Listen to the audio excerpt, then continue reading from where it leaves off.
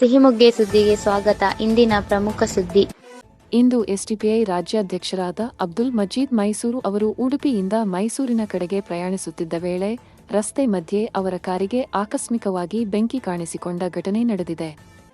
ಕಾರಿಗೆ ಬೆಂಕಿ ಹತ್ತಿದುದನ್ನು ಗಮನಿಸಿದ ಕೂಡಲೇ ಅಬ್ದುಲ್ ಮಜೀದ್ ಹಾಗೂ ಅವರ ಜೊತೆಗಿದ್ದ ಸಮೀರ್ ಅವರು ತಕ್ಷಣ ಕಾರಿನಿಂದ ಇಳಿದು ಪ್ರಾಣಾಪಾಯದಿಂದ ಪಾರಾಗಿದ್ದಾರೆ. ಅದೃಷ್ಟವಶಾತ್ ಯಾವುದೇ ಪ್ರಾಣಹಾನಿ ಸಂಭವಿಸಿಲ್ಲ. ಆದರೆ ಕಾರು ಸಂಪೂರ್ಣವಾಗಿ ಸುಟ್ಟು ಹೋಗಿರುವ ಮಾಹಿತಿ ಲಭ್ಯವಾಗಿದೆ. ಸ್ಥಳಕ್ಕೆ ಧಾವಿಸಿದ ಅಗ್ನಿಶಾಮಕ ದಳದ ಸಿಬ್ಬಂದಿ ಬೆಂಕಿಯನ್ನು ನಂದಿಸಿದ್ದಾರೆ. ಘಟನೆಯ ಕಾರಣ ಇನ್ನೂ ಸ್ಪಷ್ಟವಾಗಿಲ್ಲ. ಸ್ಥಳಕ್ಕೆ ಪೊಲೀಸರು ಭೇಟಿ ನೀಡಿ ಪರಿಶೀಲನೆ ನಡೆಸುತ್ತಿದ್ದಾರೆ. ಸಿಹಿಮೊಗ್ಗೆ ಸುದ್ದಿ. ಸುದ್ದಿ ನಿಮ್ಮದು, ವರದಿ ನಮ್ಮದು.